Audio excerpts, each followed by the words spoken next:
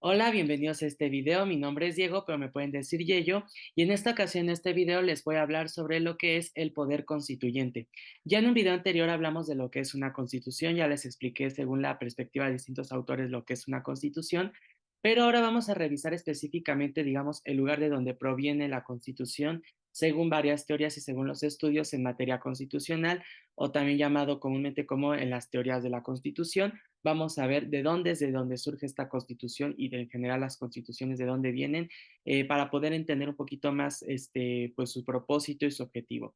Así que precisamente, hablando en este sentido, vamos a hablar de lo que es el poder constituyente y las diferencias que tiene respecto a los poderes constituidos. Así que vamos a comenzar y vamos a hablar en este día sobre el poder constituyente, sus características y todo lo que es. Para empezar, ¿qué es o qué podemos entender por el poder constituyente? Vamos a decir que el poder constituyente es una potencia encaminada a establecer un orden constitucional. El nombre por sí solo nos da un indicio de qué es, nos dice poder constituyente. Es una fuerza, es una potencia que va a constituir algo. Y en este caso, ¿qué es lo que va a constituir? ¿Qué es lo que va a crear? Va a generar un orden constitucional. Es decir, el poder constituyente es toda una estructura jurídica que va a darle forma y va a darle un sentido y una estructura a una nación. El poder constituyente es lo que hace nacer a la constitución. Es esta potencia, es esta fuerza que lo que hace es generar una constitución que a su vez da pauta a generar un Estado.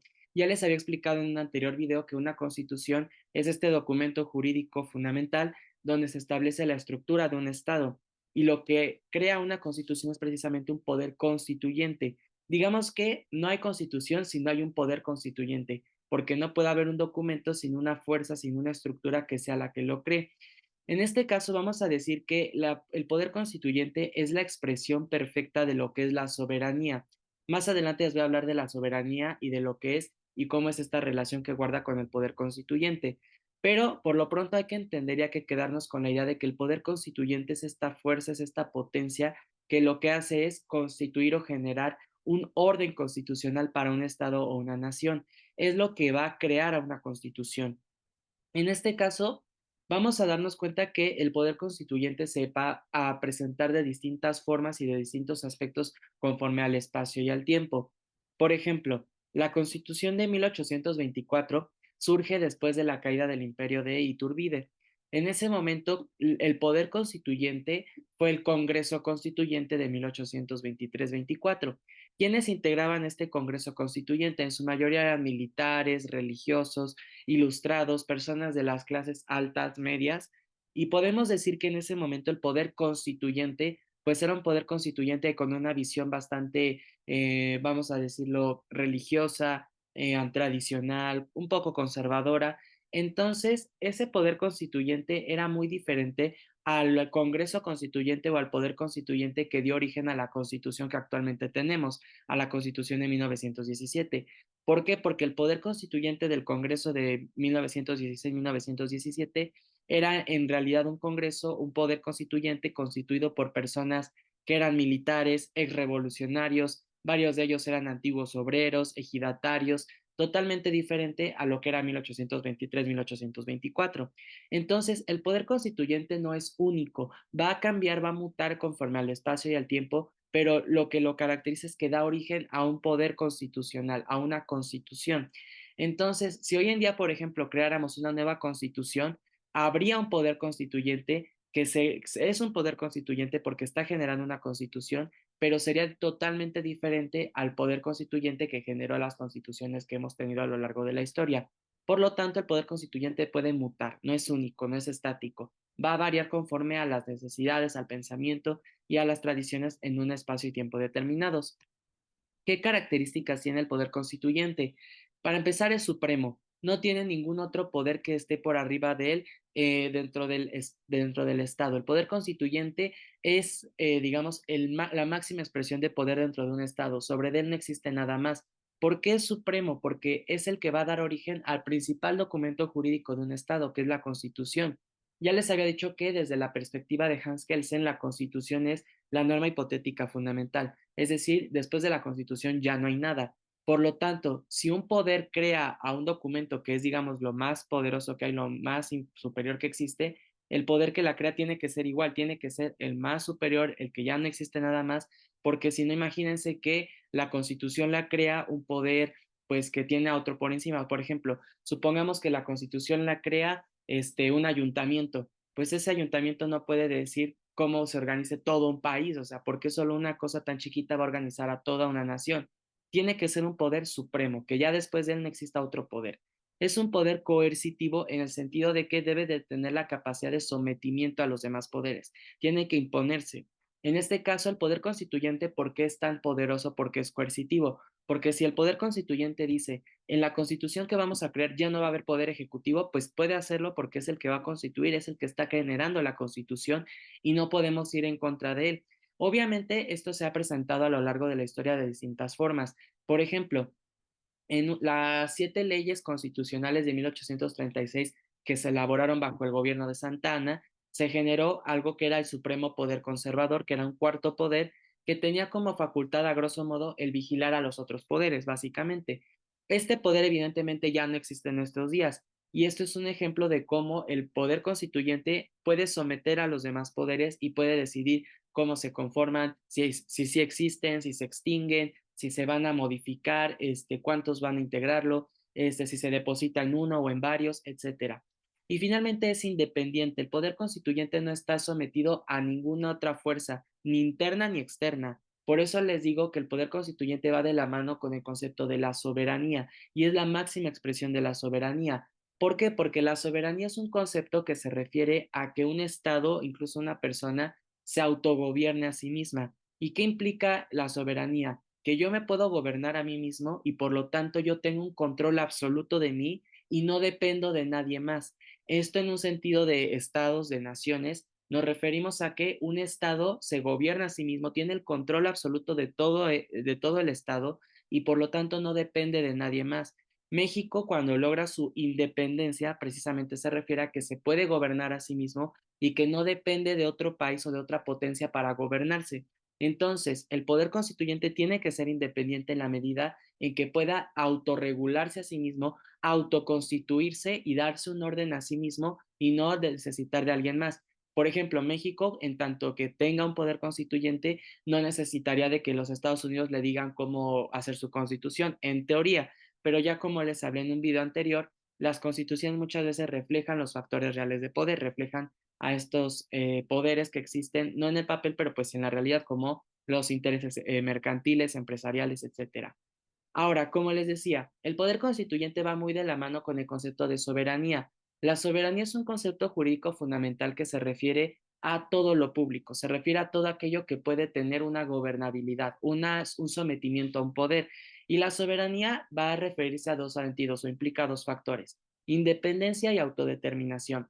La soberanía, digamos que en un sentido interno, en un sentido del Estado como tal, implica que la soberanía es el poder para gobernar y para controlar todo el interior de un Estado, mientras que hacia el exterior, digámoslo así, la soberanía implica independencia. Como yo me gobierno a mí mismo, no necesito que nadie más me venga a gobernar. México en este caso se supone, y en teoría, que es un país soberano, así como todos los países del mundo. ¿Por qué? Porque nos gobernamos a nosotros mismos, nosotros decidimos qué hacemos dentro de nuestro territorio y por lo tanto nadie más nos viene a decir qué hacer. En teoría, porque bien sabemos que en la práctica, pues muchas veces las decisiones que se toman adentro, pues tienen que ver con los intereses de afuera. Pero bueno, esa es otra historia, ¿no? Al final del día, la constitución deriva de la soberanía. ¿Y esto cómo se ve muchas veces? El poder constituyente no es muchas veces, cabe mencionar, no se reúne o no se manifiesta, digamos que en un sentido positivo pacífico. No es como que si ustedes revisan la historia van a ver que los mexicanos o varios países del mundo dijeron, ay, pues hay que reunirnos y hay que generar una nueva constitución. La realidad es que muchas veces las constituciones han sido productos de huelgas, de luchas, de revoluciones, de matanzas, en fin. Muchas veces las constituciones y el poder constituyente brotan en los momentos donde digamos que ya no es sustentable una forma de gobierno. La soberanía está presente en todo momento porque en todo momento se supone que nos gobernamos a nosotros mismos. Si nosotros revisamos la Constitución, específicamente el artículo 39, vamos a ver que, sí es el 39, sí, el 39, vamos a ver que nos menciona que la soberanía reside en el pueblo y todo poder que se constituye es para beneficio del mismo. En este caso, ¿quién es el titular de la soberanía? ¿Quién es el que tiene el poder de gobernar este país? En teoría, el pueblo, según lo dice la Constitución y según también lo han dicho los hechos. Hemos visto que a lo largo de la historia, los grandes cambios, los que lo mueven al final del día es el pueblo. Entonces, todo el tiempo la soberanía está presente, el pueblo se gobierna a sí mismo, el pueblo gobierna, el pueblo dice que se hace, el pueblo determina qué se debe de realizar y el pueblo no depende de nadie más, ¿no? Pero cuando el pueblo decide cambiar su forma de gobierno, brota, digamos, el poder constituyente porque dicen, vamos a generar un nuevo orden constitucional, pero no es como que todo el pueblo cree una constitución. Imagínense si 139 millones de personas nos reuniéramos para generar una constitución. Una, nunca nos pondríamos de acuerdo, dos, nunca acabaríamos. Entonces, este poder constituyente se reúne en la forma de un Congreso constituyente que va a ser generado a partir del poder soberano, de la gente que tenga la soberanía. Entonces, nosotros digamos que, voy a poner un ejemplo claro, el pueblo tiene la soberanía, ya nos quedó claro, ¿no? Nosotros llevábamos la forma de gobierno de una república y en teoría éramos una república que se podía elegir al gobernante. Pero ¿qué pasó? Pues que llegó al poder Porfirio Díaz y pues como bien sabemos, él no quiso soltar la silla. Entonces el pueblo llegó a un punto en donde dijo, ya estamos hasta el gorro, y entonces se sublevó, hizo una revolución en 1910, que esa revolución se tardó, tuvo muchos conflictos, hubo matanzas, hubo traiciones, y al final del día el pueblo decidió generar un nuevo orden constitucional y designó diputados que se constituyeron en un congreso. Ese congreso de 1916 y 1917, liderado por Venustiano Carranza, es el poder constituyente porque dio origen a la Constitución de 1917, que es la constitución que actualmente rige a los Estados Unidos mexicanos. Entonces, ahí podemos ver que la Constitución nace del Congreso Constituyente, que a su vez es una expresión del poder constituyente. Y este poder constituyente tiene su teoría o tiene su base, su estructura en la soberanía. Entonces, al final del día podemos ver que las constituciones son el resultado de el ejercicio de la soberanía que se manifiesta en el poder constituyente. Pareciera ser un poco confuso, pero cuando lo vemos con ejemplos de distintos países vemos que es la realidad. Otro caso, la Constitución de los Estados Unidos de América. Como ustedes saben, antes de que fueran los Estados Unidos eran 13 colonias. ¿Qué pasa? Que pues el pueblo de las 13 colonias se hartó de la forma de gobierno, declara su independencia y entonces convoca un congreso, que es el Congreso de Filadelfia, que posteriormente, muchos años después, genera la Constitución de los Estados Unidos de América. Entonces, el pueblo, en el ejercicio de su soberanía, integra un poder constituyente que se manifiesta en un Congreso que da origen a una Constitución. Otro ejemplo, Francia. Francia en 1789 hace una revolución contra el régimen monárquico, le cortan la cabeza al rey y el pueblo francés decide instalar un Congreso que da como resultado la Constitución de 1791, que era una constitución republicana, democrática y que marcaba los derechos del hombre y del ciudadano, ¿no? Entonces vemos que el pueblo francés en el ejercicio de su soberanía derriba una forma de gobierno, instaura un congreso que es la expresión de su poder constituyente y que da origen a una constitución. Y si así lo quieren hacer, lo pueden ver en todas las constituciones del mundo que han existido, es la misma historia y es la misma estructura. El que tiene la soberanía la ejerce para generar un poder constituyente que por lo regular siempre se manifiesta en la forma de un congreso y da origen a una constitución. ¿Qué casos son excepcionales? Cuando hablamos de regímenes dictatoriales, por ejemplo, en Alemania, cuando ocurre el golpe de Estado de Adolf Hitler y él llega al poder, se genera un nuevo orden constitucional. Pero ¿qué ocurre?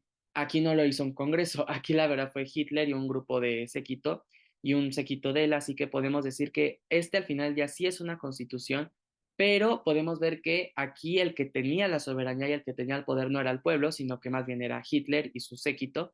Y lo mismo nos llegó a pasar en México en 1836. No, más claro, 1853 más o menos, cuando Santa Anna regresó al poder, una de las muchas veces que regresó, Santa Anna regresa al poder y desconoce al Congreso y él promulga una constitución a su antojo. Ahí podemos ver que pues el que tenía la soberanía era él, el poder constituyente era él y produjo una constitución que solo beneficiaba a él. Entonces, de alguna forma cumple con la teoría, cumple con la estructura, pero pues en el fondo vemos que no da un orden constitucional a un Estado, sino que solamente cumple los caprichos de uno solo. Lo mismo ocurrió con Hitler, lo mismo ha ocurrido siempre con los dictadores, a eso se dedican. Ejercen una soberanía, generan un poder constituyente, generan una constitución, pero en el fondo únicamente se benefician ellos, no dan un orden constitucional. Para que sea una verdadera constitución ya vimos que tiene que dar un orden constitucional. Y pues bueno, estos son los libros que yo utilicé para generar este video. Les recomiendo sobre todo leer el libro del profesor Burgoa. Él explica ampliamente cómo podemos entender el orden constitucional y cómo podemos entender este florecimiento, digamos, este nacimiento del poder constituyente, pero como podemos ver, a grosso modo nos referimos a esta potencia que genera un orden constitucional y que en mucha medida siempre va a ser producto del ejercicio de soberanía y pues del titular de la misma, ¿no? Al final del día. Y también les recomiendo mucho leer un poquito la obra de Hans Kelsen de la teoría pura del derecho, pero como les digo, es una obra muy compleja y amerita pues su propio estudio, así que les diría yo, léanla sustancialmente, pero pues no a fondo, porque a fondo implica un conocimiento un poquito ya más avanzado. Pero pues bueno, estas son las que yo les recomiendo. Espero que este video les pueda servir y pues sin más por el momento, les deseo que tengan una excelente semana, que les vaya excelente y nos vemos en una siguiente ocasión. Cuídense mucho.